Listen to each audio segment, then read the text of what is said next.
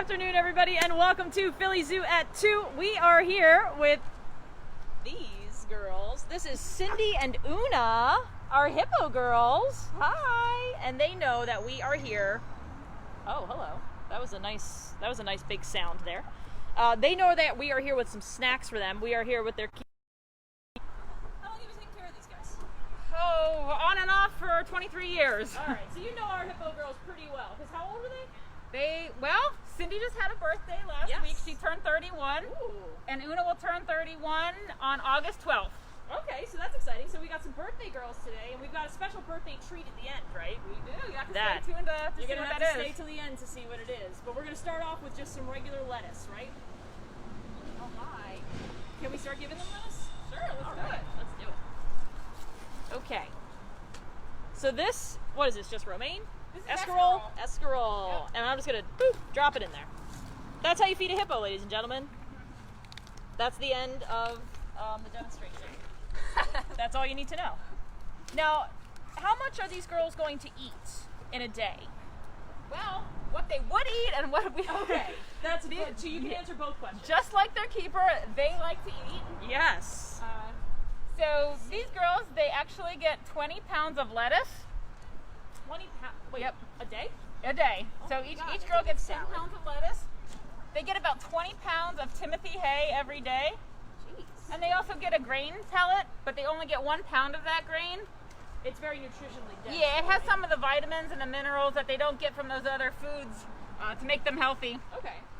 So that sounds like a lot of food Yeah, to that's you and I. 41 pounds of food. A day, but these girls tip the scale at about 4,000 pounds. So it's really not that much food for them. That's 1% of their body weight. Yep. That's nothing. Yep, that is. So they don't spend a lot of energy. They don't move around a lot. The species is known for just resting, and they'll rest for about 16 or 17 hours a day in a lake, a river, a pool like they have here at the zoo. So they're just literally just being lazy and conserving energy. All right. So when you do that little, you don't need a lot of food to sustain your way of life. Nope. No, they're vegetarians. Yeah. So again, this lettuce that we're feeding them fits right into their diet. In Awesome. the wild, an adult hippo will eat about 100 pounds of grass Okay. in one feeding. Oh my gosh. Again, sounds like an enormous amount of food for us, but these animals, females between 3,000 and 4,000 pounds, males can get up to 6,000, 7,000 pounds. So 100 pounds of food really isn't a whole lot for them. No, it's not. Now, hippos in the wild live in Africa. It's pretty hot there. And quite frankly, it's pretty hot in Philly right now, too. I think so. So, yeah, we're all a little uncomfortable today. So tell me, how do these girls take to the weather here in Philadelphia? They enjoy it. So at least somebody is. Yeah, right? So they do like it warm, they like it humid. But unlike humans, when we get really hot, we sweat. And I know that I've done my fair share in the past I'm week. literally sweating right now. So hippos can't sweat to stay cool. So that's why they do rest so long in pools or lakes or rivers, to stay cool. But they do come out at night to feed, and they have some adaptations that help them when they are out of the water. Maybe if we stand here for a little bit longer, you'll start to see these beads they look like sweat coming out of their skin. And it's pink or red in color. That's called blood sweat. You know, I can actually see it. They start to glisten. Cindy here. She does. She has a glow about her. So that's that's not moisture, that's a skin secretion. It's very lotion-like. It's very oily, very greasy, and it helps to protect the hippo's skin when they're out of water. You know, it's pretty bright sunshine. I know I put my sunscreen on this morning before I came out. Before I came outside. These girls, they produce their own sunscreen. So that blood sweat, it helps to lubricate their skin to keep it from cracking, but it also protects their skin from sunburn because it has built-in sunblock. I think that's pretty amazing. That is actually really amazing. Now, these girls also have the option to go in their pool over there. Is that cool, or is that just tap? That's just regular tap water for them. They do like to play in the hose. We'll turn the sprinkler on for them, and they'll play in that just like, I would love to do that on a hot day. Yeah, right. So they do spend a good deal of time, again, in the water when it's so hot out here. Once the sun goes down and it cools off, they will come out and they'll lie in the exhibit on the banks. Again, just taking advantage of the nice weather. Amazing. Now, one of my favorite things to talk about with hippos is actually how they spend their time in the water. I know you love to talk about this too. So let's talk a little bit about hippos' swimming skills, or more specifically, their lack thereof. Yeah, so people are really amazed to learn that hippos don't swim at all. They sink like rocks. So when they are in water, you may see them in the shallows. You typically wouldn't see a hippo in very deep water because they need to breathe, just like you and I do. They breathe oxygen. Yeah. And you see Cindy and Una, they've got their nostrils very strategically placed on the end of that nose, so they can be 95% submerged underwater, staying cool, and they can just poke their nose above water, take a breath, and they can go back under, again, staying very nice and cool.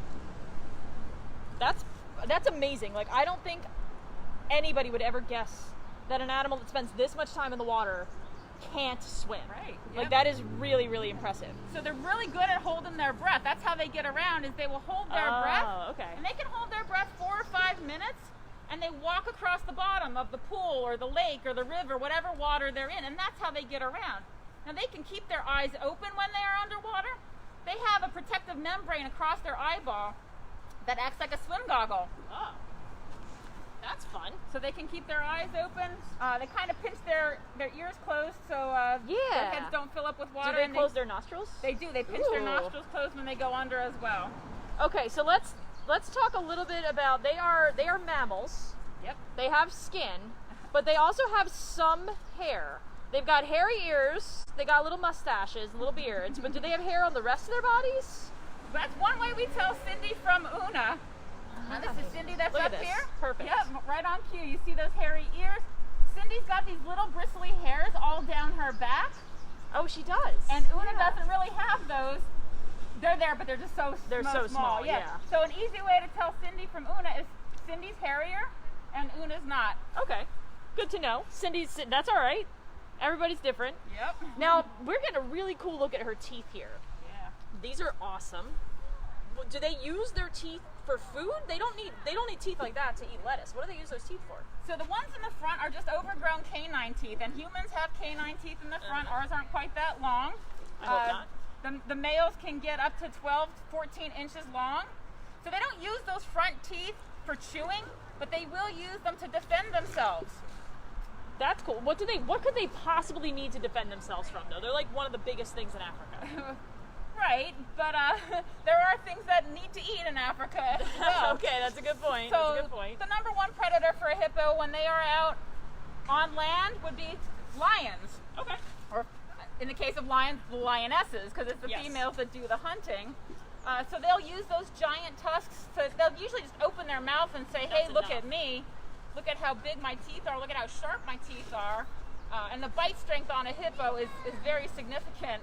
So one snap from that jaws and it's going to take care of whatever it wants to. And not only that, but they can open their mouth almost a full 180 degrees. Yeah, it's about 150 degrees, but that's plenty wide. That's plenty wide. They can go over a whole lion if they needed to. If they needed to, yep. Should we give them their watermelons or should we wait a little bit? I'm not sure.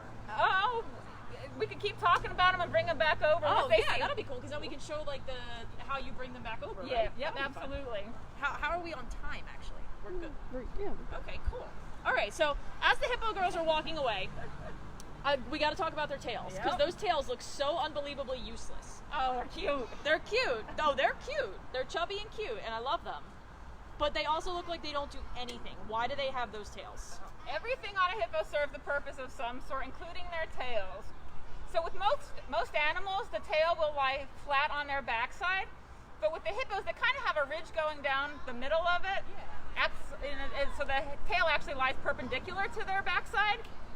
So when a hippo will poop, when it defecates out of water, it'll fan that tail back and forth really fast.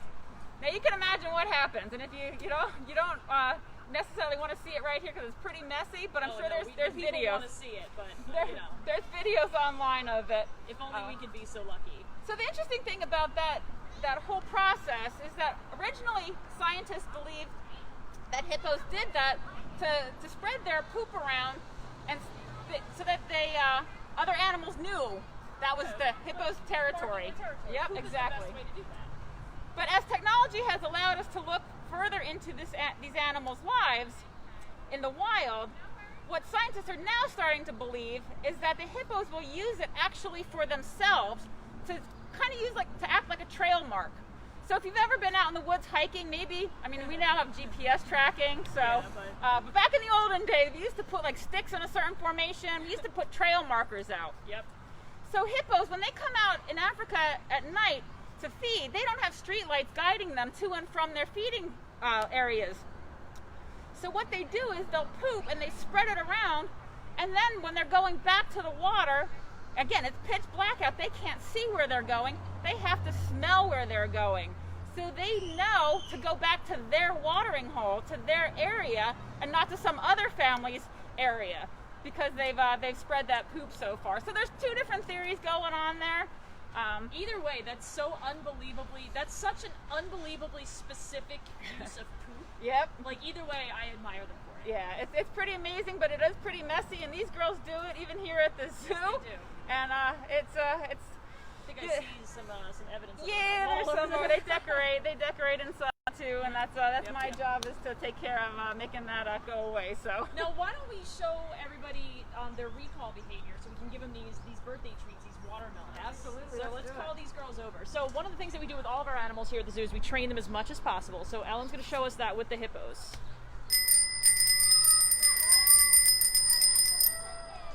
I like how she immediately looked up and was like, I'm sorry, we already ate. I gotta show them one. So for all the animals here in African plains, the recall may be a different instrument, a different sound, and for the animals. So here, the bicycle bell, it's nothing more than this is a signal to the hippos to say, come on girls, it's time to eat. Some of the other animals have a triangle or a tambourine, and it may mean come inside for the night, or come over and get some hay or something like that. So all the animals here have different sounds. Tony the rhino, his is a cowbell. Yes, that's right. And we got to use different sounds, because if we were using a bicycle bell to train the giraffes, they can hear us from here. So if they heard that bicycle bell, they would expect to get a reward or something for that. So we have to use different sounds for each animal. All right, well now Una's So we've got Una. She's going to go to you for her watermelon. Yep. Come on, Sin. Cindy, I have a special treat for you. I'm going to go ahead and give Una hers. Yeah. Gonna put that right in there. There you go, babe. Okay, so watermelon, her eyes are closed. She is in hippo bliss right now. That's a look of contentment. Oh my gosh. Okay, so how often do they get watermelon? Watermelon has a lot of sugar. Yeah, so these girls, we really don't feed them a lot of sugar. They're on a vegetable, plant-based diet, not a lot of sugar. And people think of fruit as a very healthy snack, which it is, but it does have sugar in it. So watermelons are a birthday treat, and again, these were left over from Cindy's birthday last week. They got some last week, so we're just spreading the birthday celebration out. Oh, she wants another half. And then again, Una's birthday's coming up in a couple weeks in August 12th. She's trucking it over here. So we'll get some more watermelons for these girls next month. Okay, you ready? You gotta come up. No, don't go to that watermelon. Come here. Come back your own, Cindy. So I can just drop it in there? Yep. Oh my gosh. I'm not gonna hurt her? Nope. She closed her eyes too. You love watermelon so much. Oh, I love watermelon too. And then they make a mess of it. Oh yeah, no, it is really messy down there. They love it though. That's gross, but you know what? To be around an animal that is as happy as them right now is a pretty joyful experience, I gotta say. All right, now we should probably take some questions from the audience. Do hippos eat any underwater plants? Not a lot of their diet is made up of aquatic plants or whatever. They will munch on them every now and then, but their favorite thing to eat in the wild is grass, and they are actually even particular about the type of grass that they eat. But they will nibble on aquatic plants, but we don't even really consider it as part of their dietary intake. And what do they use the hair on their noses for? They will use them kind of like a cat uses its whiskers. So the water where hippos are found in Africa, you may have a lot of hippos living in a very small little area of water. It can be very dirty, very dark, very murky. So the hippos will actually use those whiskers to sense water currents when they are underwater, and even though they can open their eyes, they may not be able to see something swimming towards them, like a crocodile. So they can use those whiskers to sense things around them.